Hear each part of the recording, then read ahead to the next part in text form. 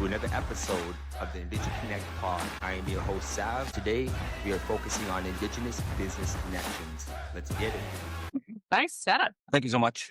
So the podcast is very, very simple, very chill. That's something we wanted to get into too. We were doing a radio show for 3 years. Really? Yeah, on CFW. It played every Wednesday. It was the Creek Chatter Hour, but we were like, man, we should get into podcasting instead because the older people listen to the radio, but a lot of like younger, more podcasting. Absolutely. So we're basically just going to have a conversation. Okay, thanks. Hello, everybody. My name is Fawn Wood. I am a recording artist, performing artist as well. I'm a self-proclaimed language and cultural advocate. I come from the Satellite Cree Nation as well as the Wanik people of the Fraser River. I've been doing music for 2 decades now. My work with music inspired me to do a lot of youth work as well as pursue education. I have both my bachelor's and my master's of arts degrees in language, and now through music and arts, I like to promote language revitalization. I was real fortunate because I think I had that exposure to music from a really young age. I grew up in a really musical family, but it wasn't until I think the age of when the surge of social media kind of came out and videos of me singing made their way around, and I started traveling with our group, Cree Confederation, when I was visiting these different communities that I've never been to before. They've heard of that music before. A lot of the times I was asked to share words of encouragement for young people and women who wanted to share their voice. I thought, holy man, being able to make an impact through something that I was passionate about, it feels like a really good blessing. And I've realized that intention that we put into whatever it is that we do career-wise or expression-wise, I realized the power in that intention because that is what people are going to receive through your music, through your work. It's a really powerful thing to see our people utilize their gifts in that aspect. Oh yeah, I think one of my most notable songs is Remember Me. That song has played a big part in, advocacy for MMIW, Every Child Matters. It really bridged a lot of our non-Indigenous people to these issues as well. I have a few of my own solo albums, as well as I do a lot of albums with my partner and our group. I do some stuff on social media as well. I have a lot of fun on TikTok, so if you have a chance, go check out my TikTok. I started off with the exposure I had to music growing up. I always go back to that. And it started at home. It started off in ceremony. It started off with our gatherings at home. Whenever I'm asked to share music, I tend to kind of lean towards more of our blessing songs and our songs that have that spiritual connection to our people. And it being a youth conference here, we're at a youth conference here in Frog Lake. I think it's really cool to share that aspect of our culture with young people as well. One thing I like to promote, especially in my youth work, is keeping our youth connected to their grassroots and where they come from and really encouraging that. So that song I sang this morning was actually a song composed by me and my partner, Dallas Waskahat. We've had a chance to share that song on many different stages. We actually just came back from Seattle and Vancouver, and I got that's one of my favorite songs to share. A blessing song just to kind of set the tone with some good feelings behind it. I think one thing that I can really relay in terms of a message to especially our Indigenous youth, growing up, we have all these influences from all different kinds of cultures, through media or even social media now plays a really big thing. I think when our youth tend to stray away or people say that they're lost, that term lost really doesn't sit well with me because I feel like when youth need to be empowered, they're not lost. They don't need to be found. They need to be connected.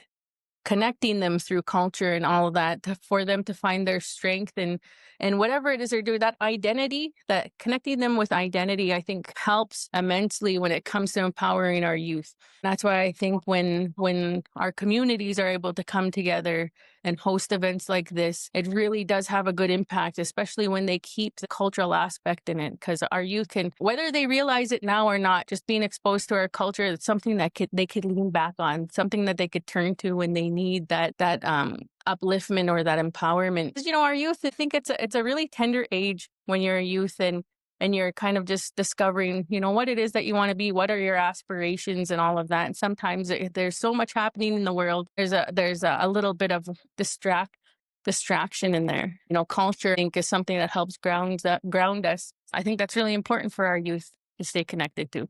Music has really played a big part in me, especially growing up. I was a really shy kid. I was like a really shy kid growing up, and I found my voice through music. I found that confidence in myself through music. And when we talk about having a voice, a lot of people in my aspect, they think about, oh, she could sing, but finding your voice can be expressed through different aspects, showing up, expressing yourself, talking, and doing things that make you feel good. You know, just being present, I think, is having a voice. I definitely see the confidence relate to the singing, to your public speaking. You're such a great speaker. You're very intentional. You're very meaningful. Your voice carries a lot of influence. Thank you so much for coming on the pod and sharing your message. Thank you guys for having me. Testing. 1, 2. Mic check. Hey, ladies and gentlemen, we are here back with another guest. We got a special guest in the house. We got the keynote speaker here at Frog Lake First Nations at the youth conference. I'll let him go ahead and introduce himself. Dansa nawagamagantak Patrick Mitsuing at Sigasan. Diago sis nihil Sigasan. Lako sagagana no chinia. Hello, friends and relatives. I greet you all. My name is Patrick Mitsuing from Loon Lake, Saskatchewan. Yeah. Talk about a little bit about the work you do. It's hard to, I don't like to limit myself by saying like I do this one thing, but what I do in the framework and philosophy that I do is I try serve people, so that's what I do. I try serve as much as I could, provide value as much as I could. And I think I wake up every day with that mindset, how could I help people? How could I give value to people? The keynote message you shared this morning, the RGGG, that really hit me hard. And I was able to relate to that so much. Awesome. Yeah. So RGGG stands for kind of this life philosophy that I've created for myself, a lot of work on myself. And it actually came from a lot of pain and struggle, trying to figure out how do I get out of that? When people are struggling out there, you sometimes feel lost and you don't know what to do. I know that you could remedy it with so many things like do this, do that, do this, but I think it comes down to those core things that are inside. So the R stands for responsibility. I don't mean responsibility in any negative term, like, how it's sometimes said, like, who's responsible for this? That could come as negative, but it's more like the ability to respond. Okay. So if you're in a situation, how could you respond to that? If you're in a tough situation, you could react or you could respond. Okay. And so that responsibility for me is like, okay, I'm in this tough situation. What could I do about it? Not what could this person do about it? What could government do about it? What could my school do about it? The community? What could I do about it? What are those steps that I could do? And Will Smith said one time that his dad tore down his big wall in front of their store and said, all right, you boys got to rebuild this wall, right? When you look at the big situation, it could sometimes feel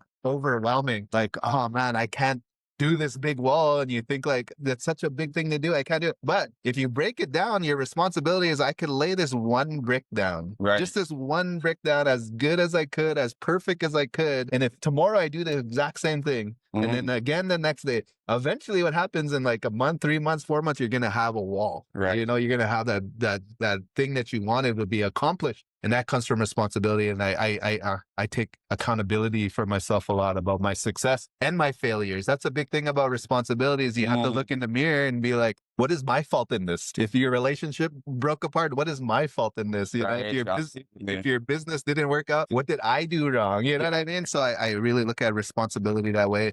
What book do I need to read? What person I need to talk to? What ceremony do I need to go to in order to accomplish building this wall? And so that's responsibility. And I'll go through the G's quick here. The first G is gratitude. And you'll hear every elder talk about it, be grateful. And I have this belief is whatever you focus on expands. And so it's so easy. And you'll notice if you just listen to people that it's so easy to talk about the pain and struggle. It's so easy to talk about the gossip. Right. It's so easy to talk about, did you hear what happened to this person? Did you hear what's happening in the world that's negative? But it's kind of difficult and hard to just think about gratitude every day. Right. So like, let's just talk about gratitude. Right. What are you grateful for? Right. And so I had to train my mind to, instead of thinking about, okay, negative gossip, this struggle, this pain, I'm going through this hard time, even in that hardness of my life, how could I think gratitude? Right.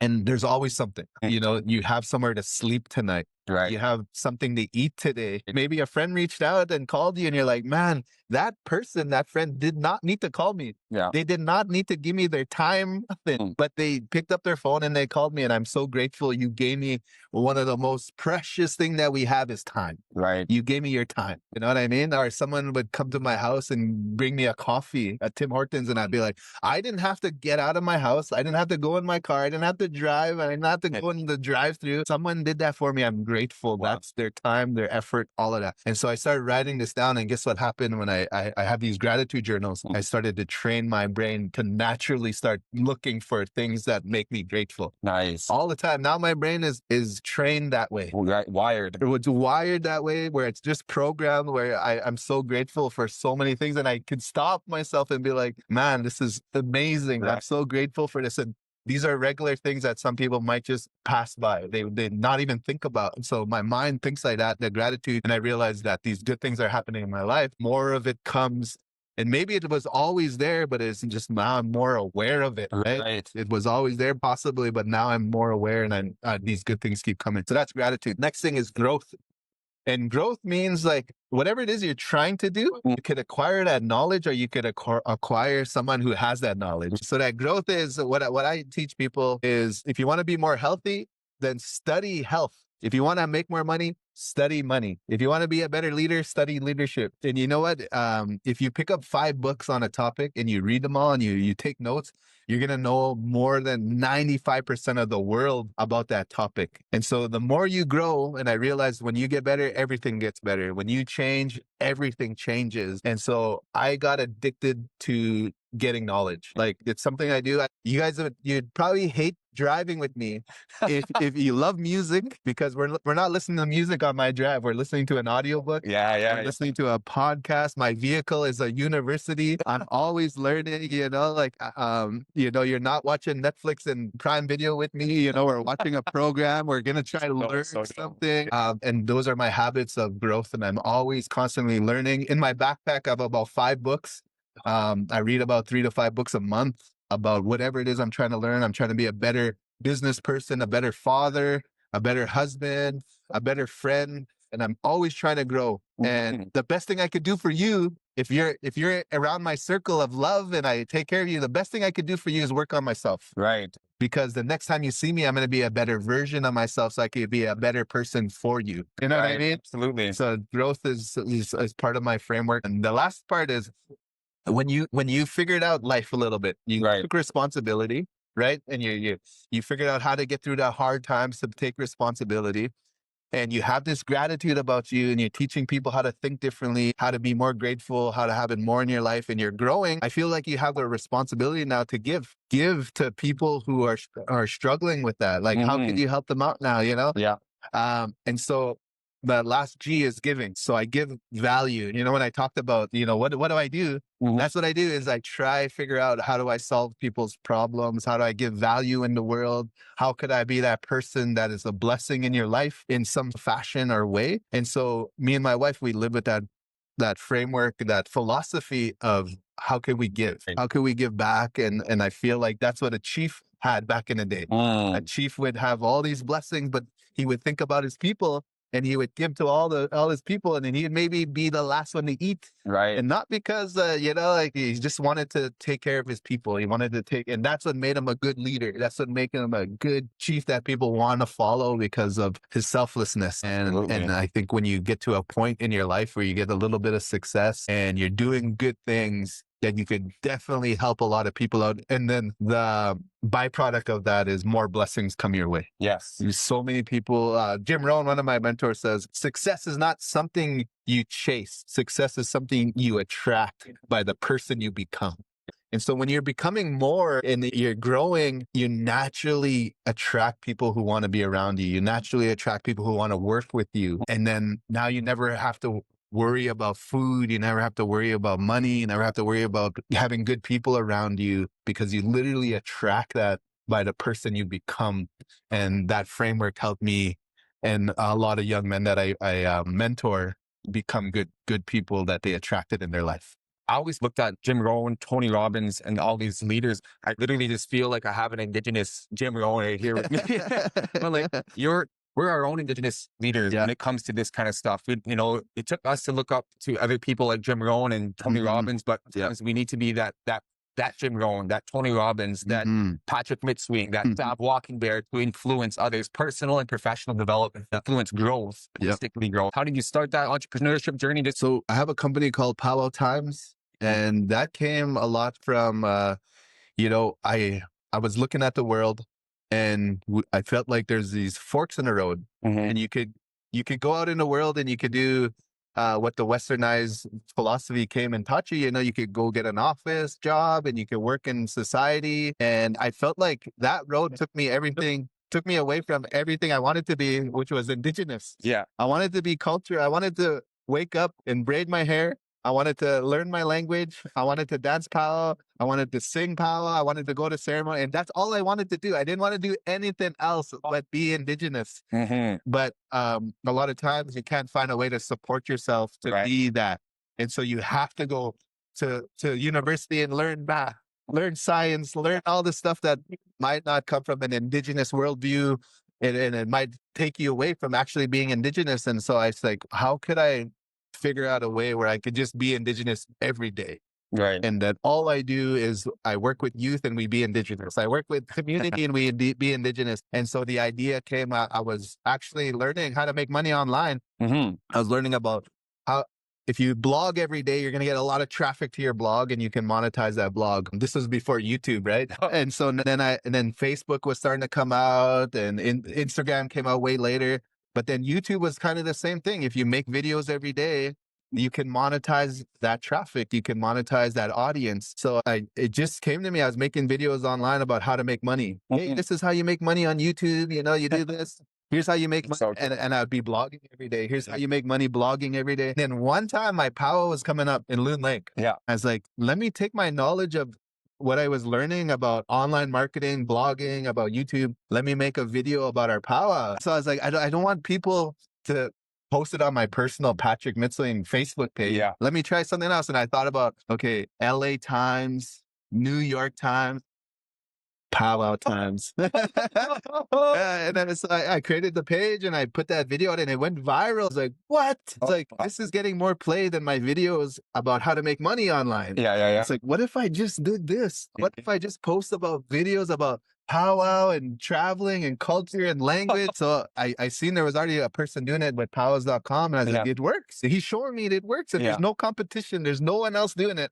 So Powwow Times, boom, we started posting videos, boom, boom, boom, boom, boom. Then I learned about fundraising, and I learned like, how do I create my own events? How do I do workshops? And then it just grew and grew and grew and grew. And the more I worked on myself, the more that my business grew as well. Like that. Culture has shaped who you are, has shaped your values. What can you share with our culture and how fancy dancing has inspired who you are today? Yeah, I guess a couple of things. I learned a lot of what I just shared with you guys today. It came from dancing. It came from powwow dancing. I was a struggling dancer once. I never win. I looked real jamox, we say in our language. Like, you didn't look too good. I was mismatched, everything, and I didn't have everything. And so my beliefs about my dancing was, I'm not good enough. My outfit is not nice enough. I don't come from a powwow family. These things are the reason why I'll never be a champion. That mindset. Yeah. And so that was the story I was telling myself. And so when I started reading these books and I started to learn about this, I changed the way I thought about myself. Wow. And I changed that story about my mind. And it's like, the only testing ground I had for like how to implement this was with dancing. And so I was like, let me go out there now on a dance floor thinking I'm a champion. Before I was, let me go out there and believe that I'm better than what I think I am. Wow. And I went out there, I swear to God, I danced exactly the same, but I had a different mindset. I started to win. Wow. I started to win. All of a sudden it was like third place, second place, then first. And I was like, this works. This works. The only thing I changed was my mind and my story. Yeah. And it was because I was walking different now. I dance with just a razor's edge difference of confidence, of belief. And those little wins, when I started to win, I started to believe it even more. I started to walk with even more confidence. And then elders would say, if you take care of this, it'll take care of you. So instead of just throwing my outfit away and like not away, but like throwing it on the ground and not folding it up, I started to like, how could I take care of this? It taught me discipline. It taught me how to take care of myself too. And I put those together and I became a world champion, and I traveled the world dancing, and I teach my kids this now. They're all dancers. They're all champions. Yeah, it changed my life. It's not what happens to us. It's what we do that makes the difference. Focus goes, energy flows. Thank you so much for coming on the pod and sharing your message. Love it, bro. That was amazing. Good work.